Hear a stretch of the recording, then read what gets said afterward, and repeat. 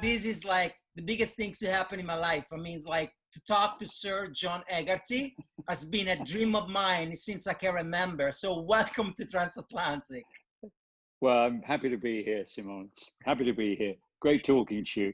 Thank you so much, man. As you know, at Transatlantic, we believe that everyone is an ocean of erratic thoughts and wild feelings. And I know for sure that your ocean must be beautiful. So what we're going to do today, we're going to cross your ocean. I'm going to go straight into the 7 questions. And Great. I'm sure we're going to have some kind of fascinating shit coming up. So right. Here we go. Good. Go for it. Go for it. Question number 1. The 7 seas is an ancient phrase for all the words ocean. It's a phrase that has been adopted, revised, and used by many. One among them, Annie Lennox, one of my favorite singers, used to say, I travel the world at the 7 seas. Everybody's looking for something. You are a legendary creative mind who travel the 7 seas. Now, what were you looking for when you start your journey in advertising? Wow, that is a big question. I suppose what I was looking for was adventure. I love the fact that, you know, if you're in the creative profession, you have the use of your imagination. And although I have since traveled the 7 seas, I always used to believe that you travel in your mind rather than the physical world. And that's the most fascinating place to travel, because you can go anywhere. You're not hindered by any borders. You're not hindered by any means of travel, and you can imagine. And I always used to say, you know, the great thinkers never really traveled, but they traveled in their mind. You know, Shakespeare never went to Venice. He never went to Denmark. You know, I don't know if Socrates ever traveled out of Greece, but they traveled within their minds. And that's what I think creativity gives you, the chance to have an adventure and go wherever you want. I love this answer, and I can recognize myself in this answer. Also, I don't know if you know, but many people say that Jack Kerouac never really traveled and was always like at home writing. It reminds me actually the incipit of one of my favorite books, like Louis Ferdinand Céline, Voyage to the End of the Night, Journey to the End of the Night, where he said everything happened, it's just a dream. So what a beautiful answer, man. Great. Second question. I'm going to read from Wikipedia, and that freaked me out a bit, because when you interview someone that has a Wikipedia page, that means... I don't know. Do I have one? God, I didn't know that. Do. Okay, go on. So, Sir John Hegarty joined Kramer Saatchi in 1967 and was a founding shareholder member of Saatchi & Saatchi. Now, in 1973, he co-founded TBWA. And then in TBWA London. TBWA London. And then in 1982, you start BBH. Now, to put in transatlantic terms, you possess what I call the explorer gene. You were one of the first to navigate those creative routes that now are traveled by many. There is a theory that says that once you get the gene, the explorer gene, it never leaves you. So what's left to explore for John Hegarty in 2020? Well, there's a huge amount to explore. I keep exploring problems that are presented to me, that people come to me with, that they need help with and guidance with. I do have a kind of little mantra, which is, you know, I don't have a 5-year plan. I have a 5-minute plan. And I keep myself open to the possibilities going on around me. I never close down, never cut yourself off. So that sense of exploration, of going somewhere, of doing something, you know, I never actually set out to do all those things that I did. I set it out to make each day really, really as interesting as I possibly could with the ideas that I was developing. And because of that, other doors opened, which is another thing I talk about, which is, you know, do interesting things and interesting things happen to you. So that explorer gene It was just me exploring that moment in time, It's beautiful, that man. moment, and that moment opened up other doors. It's great. Third question. You were knighted for your service to the advertising industry in 2007. So a man, correct me if I'm wrong, I'm not British, but a man who has been given a knighthood can put sir in front of his name instead of Mr. Now, when someone asks for permission to cross your ocean, those three letters, sir, make it clear that that ocean is not like any other ocean. It's different, it's unique, it's special, it's legendary. Now, was there ever a moment in your career when you got a feeling that you were on a very special path? Oh, wow. You know, that's a very interesting question, Simone. You know, sometimes, I tell you what, I sometimes think to myself, where did that idea come from? Why, you know, and I'm not, don't get me wrong, listen, I am not religious at all. I was brought up a Catholic. I am not religious. I thought it was a load of rubbish. I spent most of my youth laughing at it. But I sort of used to wonder, where did that come from? I was given that. And I do think there is something out there that gives you things, whether it's a sort of a global force, whether it's an appreciation, whether it's a sort of concern for others, whether it's a whatever it is, whether it's a keeping your spirit open, your soul open. I sense there is something out there that gives you things. And if you're open to it, you take it. If not, it passes you by. But it's not a religious thing. I think it's a spiritual thing. And I think if you're open, then those things come to you.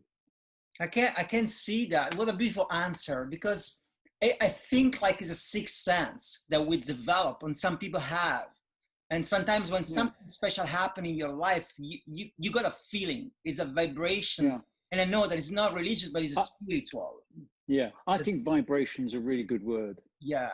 And you know, the Beach Boys wrote, you know, good vibrations. And I think he was tuning into something there. And I think there is that. I think there is. It's about getting on that. I think vibration is a lovely word, Simon, and I would use that.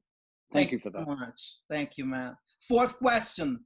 There is a quote that say, the ocean has a rhythm, but has no heart. Now, it's very debatable.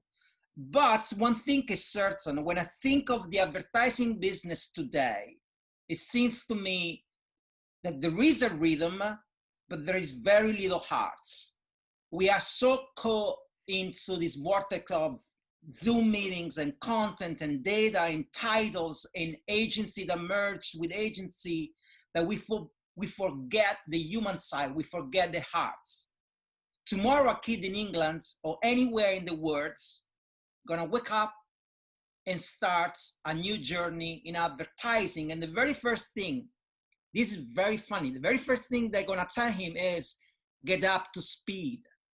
They don't tell him, or they don't tell her, get up to the heart, but to speed, because it pace is the very most important thing. So where does a young person can find a heart in this business?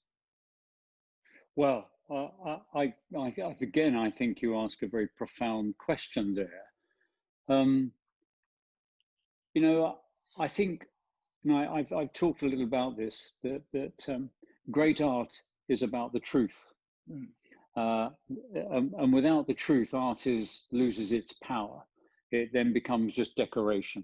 Do you like it? Do you not like it? Does blue look nice on your wall as opposed to red, or whatever it might be? And I think the same with advertising. I think advertising is about finding fundamental truths and expressing those in a way which captures our emotion. And I think that we seem to have lost that philosophical belief in what it can do. And I also think we've lost a kind of moral center. I think business today has lost a moral center, a moral purpose. And I think when a business loses that, or when an industry loses that, it then loses power. The desire just to sort of create something for the sake of creating something is, is vacuous in a way because it has no power. Yes, you've made something, you've done something, but something without a fundamental truth to it, without a kind of moral center, I think lacks power. And I think that's why the industry today has lost a little bit of its heart. I was inspired by William Birnbach. Birnbach was a brilliant thinker, and he was the one who said, tell the truth, just make it interesting.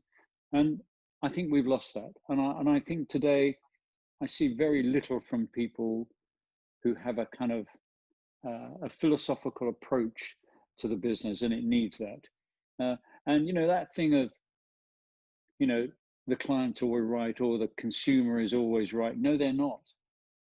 And you need powerful people with powerful moral convictions to change those things and to get people to appreciate what is better, because people won't necessarily go there. So speed, it has a value, but it's also dangerous. You can die, it can kill you.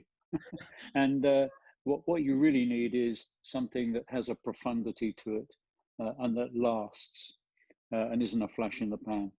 Thank you so much, sir. This is like a great answer. Thank you so much for your words. Fifth question. I heard the devil has a house in North London. No, these aren't my words, but come from a British writer, Chesterton, also known as the Prince of Paradox. Now, you were born and raised in North London. I was. I know North London a little bit because I lived there when I was actually a teenager. I was High Barnet. It was the last. Oh, I know High Barnet very well. Yeah. Anyway, your place of birth never leave your sight. Wherever you go, there is always gonna be your place of birth stuck in you. What do you carry with you from North London along the journey?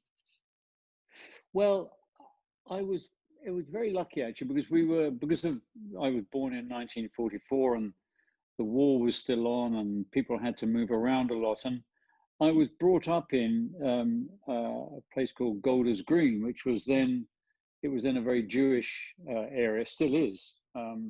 And I had around me lots of Jewish friends. And from a very early age, I realized that people had different backgrounds and different influences, and they didn't necessarily think absolutely the same way that you did, that when you played with them, you could see that there was a different way of approaching life. And I think that gave me a tremendous sense of the other, that other people see things in different ways and that you should appreciate that. And it enhances and increases your value to everybody else because you've seen the world from another point of view. And I do think great creative people are outsiders. They have they're outside and they look in. And again, my parents were Irish. I was born in London, but I sort of lived this life of going from a very Irish household to my English friends, and at that time, the friends around me were Jewish, and I was able to constantly observe, see different things, and I think that made me a better creative person. That That's ability awesome, to constantly observe. And I love the word outsiders. I just recently finished to read Francis Ford Coppola's script like The Outsiders, right? Yeah. And Johnny Boyd's Stay Gold, which is one of my favorite thing, and Robert Frost's poem Nothing Gold Can Stay. And I think the word outsiders is a wonderful word, and to look from the side in. It's a beautiful metaphor. Thank you. Sixth question. Pleasure. The ocean is a place of constant change. Even the sediments at the bottom of the ocean, something that apparently is so permanent, one day will become a cliff. It will erode and turn into a beach. Advertising is a place of constant change. What is a cliff today could be something else tomorrow. You lived through change. You became change, and you are still sailing through it. So what will your today in advertising become tomorrow? Well, I think you ask a very interesting question there. I believe, of course, we are surrounded by change. But actually, I have a little phrase and it says, principles remain, practices change. The ocean is constantly changing, but the principle of the ocean remains exactly the same. And I think the same with our industry, the same with most industries. Principles remain, practices change. And I think you've got to work out what your principles are. What do you believe in? What are you actually doing? Why are you doing it? What do you think is right? What do you think is wrong? And you've got to look into yourself to then be able to look out. So I think that sense of, yes, of course, everything around us is changing. And you can see people panicking with that. You can see, we've got to do this, we've got to do that. And you just want them to say, slow down, just think about it for a moment. What are the principles here? What do you think you are trying to achieve? And they haven't fundamentally changed. The principles of communication have not changed in the last 1,000 years. Yes, the means by which we can communicate has. You know, somebody invented the book, then somebody created magazines and newspapers, and then we had television and radios, and then cinemas, and then, you know, the digital network. So, you know, yes, those things change, but the principles don't change. And that's your core. That is your anchor. You know, we're still going to watch, you know, productions of Romeo and Juliet, you know, written in 1603 or whenever it was, you know, and it's made into a movie by Baz Luhrmann, you know, putting it into sort of Hollywood and LA and cult gangs there, and it brilliant interpretation, but the principle of it fundamentally remains. That's awesome. That's awesome, man. I can see the shore. We arrived, and this is the question that we ask all our guests. And it goes like this. If you were to name a wind that blow your sail, what would the name be? Ooh. Oh. Well, I suppose it would be the west wind. Oh, I okay. think there is something about the west wind because you're going towards the sun. And I always think there is something in man and mankind that goes towards the sun. We follow the sun.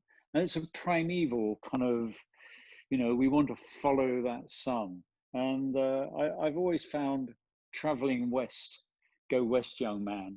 And the west wind driving you, pushing you there, it has got to be, I think, a wonderful wind to follow.